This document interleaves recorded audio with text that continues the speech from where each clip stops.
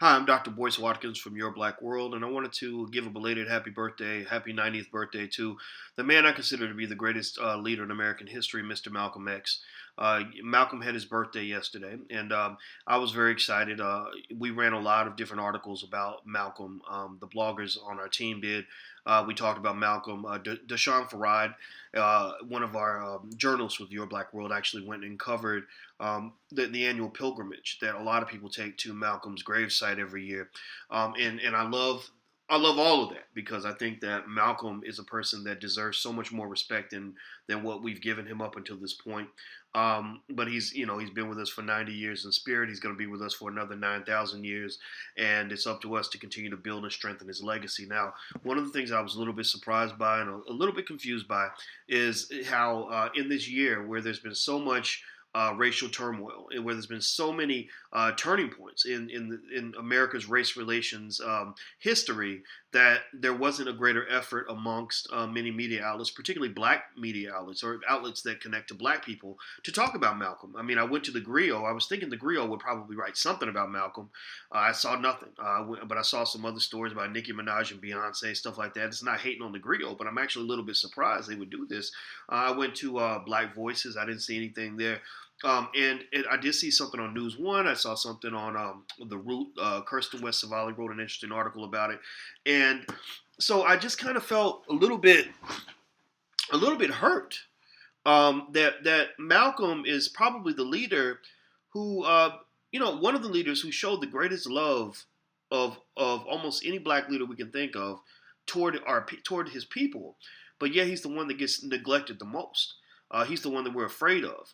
And it's so interesting to me that even though we've had 60 years or so to teach us that integration and assimilation simply will not work, that those are failed black policies, that the deinstitutionalization of the black community has led to our destruction to the point where our unemployment rates now are as bad as they were when Malcolm was alive, even though we have all this evidence telling us that this integration, marching, and stuff that we've been teaching ourselves for the last 50 years, even though we have tons of evidence to show us that this is not the final solution, we still reject the man who had the solution that we need to be listening to.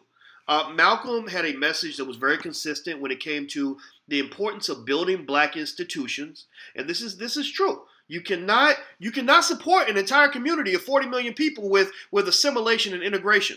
The white man ain't got that much space for all of you. He can take a few elite Negroes into his institutions, but he's not going to take the masses. So what's going to happen is the very best of us are going to be plucked away and dropped into white institutions and enslaved by these institutions and pulled away from their communities, and the masses of us are going to be left out, marginalized, hanging out to dry. And if we don't understand the importance of developing black institutions and sustaining them, we will always suffer. We will get our butts kicked in the global economic system. We will never, ever prosper by thinking that if we behave nicely enough and if we behave well and we do what we're supposed to do and act the way the white man tells us that he's going to take good care of us, because he's proven that he won't.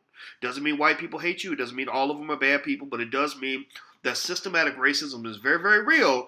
And part of the reason systematic racism exists is because systems have been built to exterminate and exclude you. And those systems are not countered by systems that we built to sustain and support ourselves. Because we don't build systems. We rely on racist systems to give us what we need. How sick is that?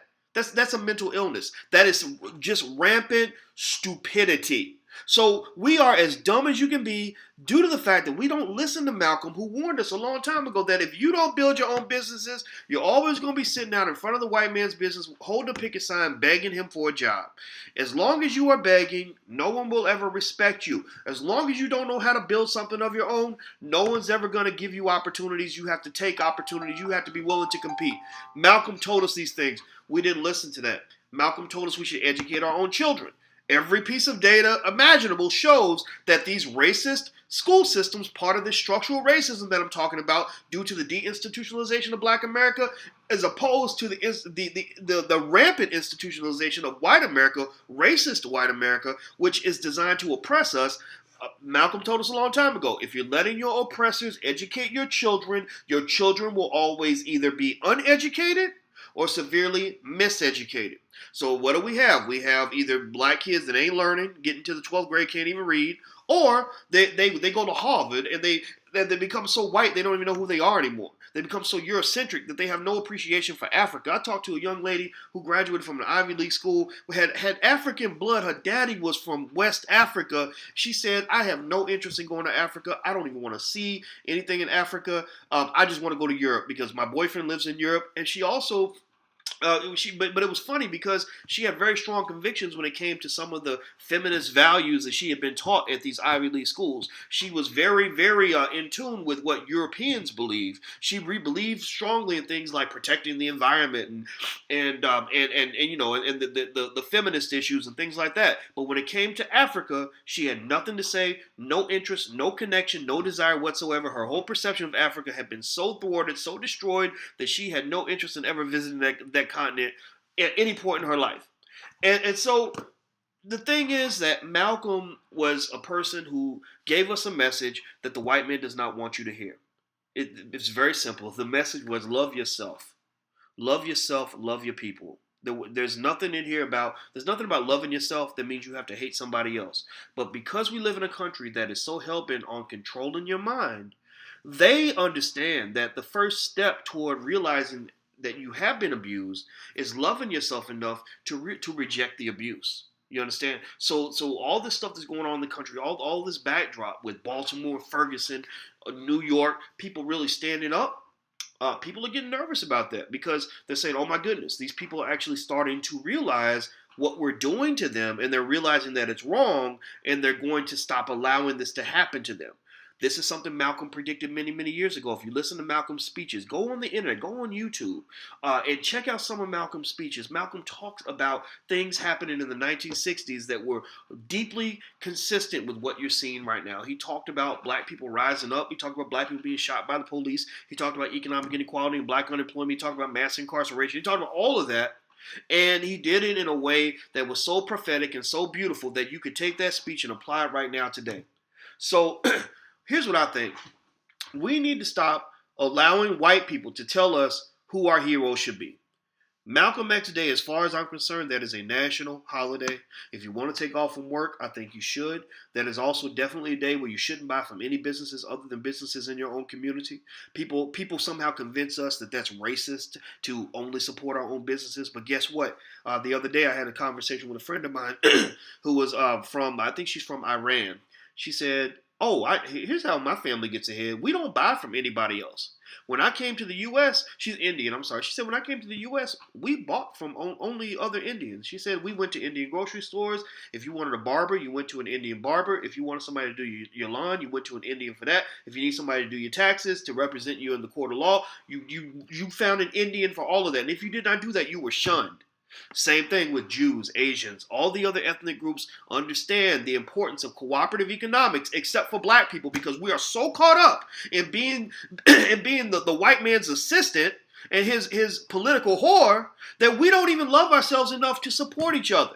We don't even trust each other enough to buy from each other's businesses. That's insane. That's mental illness. That is the epitome of the slave mentality. So the first step to this, in my opinion, is we need to go back and study Malcolm. We need to apologize to him first and foremost for rejecting him for all the years that we did as a community. For all the years that we let people feed us this watered-down version of Dr. King. Now, Dr. King was a great man. He was nothing near the pussycat that they feed to you in McDonald's commercials. If you really want to understand Dr. King, go listen to some of his speeches too, and get into his message as well. The whole nonviolence thing, I don't know so much about that because I believe somebody hits you, you hit them back. Somebody attacks your family, wants to murder your children, you don't sit there nonviolent and let somebody murder your kids. That's again mental illness. That's not normal. Don't ever do that. But beyond that, Dr. King, we know he was a brilliant man. He was a courageous man. He was an ethical man. He cared about his community. He was a step above most of the black leaders that we have today. The only exception, and this is debatable because of what the white media has been feeding you, but the only exception in my mind is Dr. Cornel West. He's the closest thing we have to Dr. King. They're both scholars. They're both men of God. They both were willing to go out here and march and get arrested. They're both willing to stand up against the power structure. They're both were willing to lose friends in order to make their point, to stand by what they believe in. They were both willing to lose money in order to stand by what they believed in. Both of them were willing to endure becoming incredibly unpopular in order to stand up for what they believe in.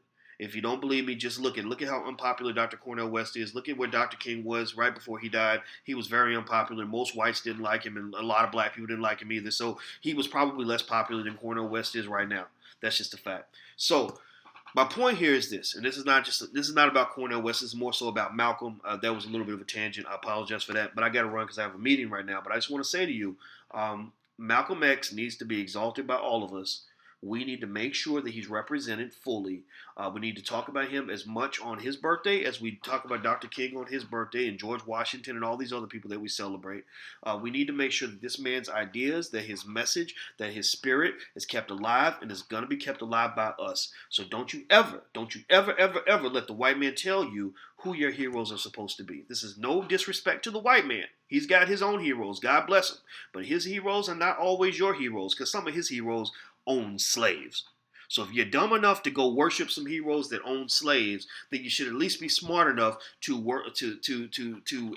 appreciate. I would say worship, to appreciate a hero who loved you enough to give you a message that would empower you and taught you to love yourself. That's what Malcolm told you to do. He told you to love yourself, stand up for yourself, educate your children, empower your community, build your wealth, make yourself strong. And guess what? By following Malcolm's message, making yourself a person who's worthy of respect, making your community worthy of respect, at the end of the day, even the white man will respect you more, because right now he sees you as a political chump.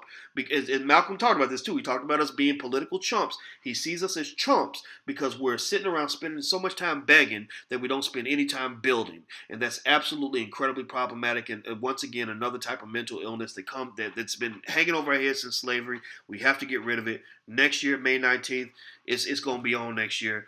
Let's do it for Malcolm. We love this brother. We must keep him alive. We don't need Fox News, MSNBC, CNN, and all these other networks to give us permission to celebrate our heroes. That's all I want to say. I'm Dr. Boyce Watkins from Your Black World. Please take care. God bless. I am gone. Peace.